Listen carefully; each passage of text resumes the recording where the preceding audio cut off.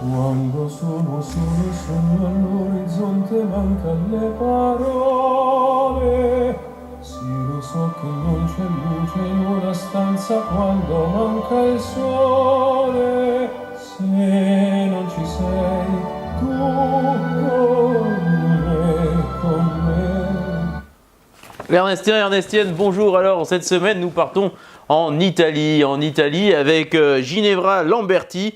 Avant tout, se poser les bonnes questions, c'est paru au Serpent à Plumes.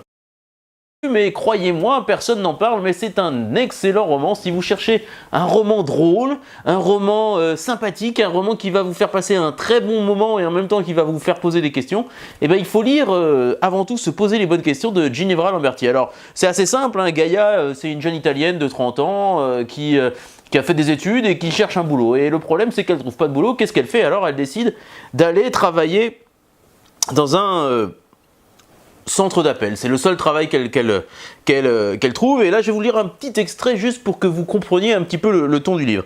Travailler dans un centre d'appel te met d'emblée dans la peau d'un jeune de ton temps. Quelques années plus tôt, ce métier a connu une brève mais intense médiatisation dont est sorti un mythe genre Vietnam. Genre, si tu l'as fait, t'es un guerrier.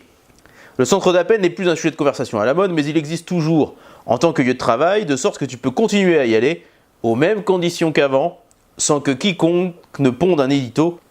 Cette littérature italienne, ce livre de Ginevra Lamberti est vraiment un régal jouissif parce que à la fois l'héroïne Gaïa, elle est très drôle, elle est très maladroite, elle a un vrai côté un peu Pierre Richard dans La Chèvre, toutes les conneries qui peuvent se passer, ça lui arrive et ça lui tombe dessus. Donc ça, c'est un côté vraiment drôle, très fantaisiste, mais en même temps c'est un roman plein de drôlerie, plein de malice. Et même un côté burlesque un peu.